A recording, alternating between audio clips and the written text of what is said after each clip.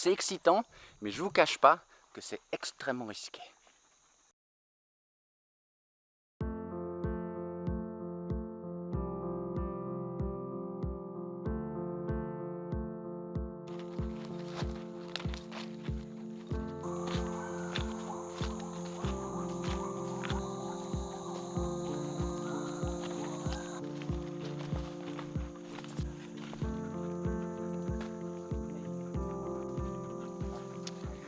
Bonjour à tous, on est dans la réserve de Pararawen. Alors cette réserve de Pararawen, elle est faite d'une forêt secondaire, une forêt qui est en train de se régénérer.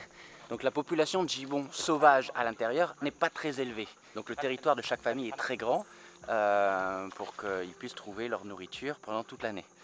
On va essayer de relâcher des gibbons dans cette forêt. Donc c'est très délicat parce qu'il y a déjà des gibbons sauvages. Je vous l'ai expliqué de nombreuses fois, les gibbons sont très territoriaux, donc très difficile de rajouter des gibbons à l'intérieur. Donc avec ce constat, il est impossible de rajouter une famille entière. Donc ce qu'on va essayer de faire, c'est dans cette cage d'acclimatation qu'on a construite dans la forêt, ou plutôt que Nanto, Paudianor et les gars ont construit dans la forêt, on va y placer un gibbon. On a recouvert, on a mis deux couches de grillage pour éviter dans un premier temps que les pitons s'invitent à l'intérieur et attaquent les gibbons, mais aussi pour que lorsqu'il y a des conflits avec les gibbons sauvages, eh bien, ils ne puissent pas se mordre, j'arrive plus à parler. Donc le but c'est de mettre un seul gibbon à l'intérieur, ce qui va attirer les gibbons sauvages qui vont essayer de l'attaquer. On va mettre des caméras trappes en haut de la cage pour pouvoir filmer ces gibbons et identifier les animaux. Le mâle, la femelle, mais surtout les enfants. Et si on se rend compte que par exemple dans cette famille qui vient régulièrement à la volière attaquer, il y a une petite femelle, eh bien on va mettre à l'intérieur un jeune mâle du même âge, en espérant que lorsque la femelle va devenir adulte, eh bien elle va former un couple avec notre mâle dans la volière qui à ce moment-là sera relâché. On l'a déjà fait dans le passé, c'est vraiment au cas par cas, il faut connaître individuellement les animaux dans la forêt, mais on va essayer. Donc là c'est la première étape. Nanto est en train de préparer, comme on le fait pour chacune de nos cages d'acclimatation, l'endroit où on va les nourrir. Un petit box, là il est fait d'une jerrycan pour pouvoir les nourrir en haut de la volière, pour plus qu'ils descendent.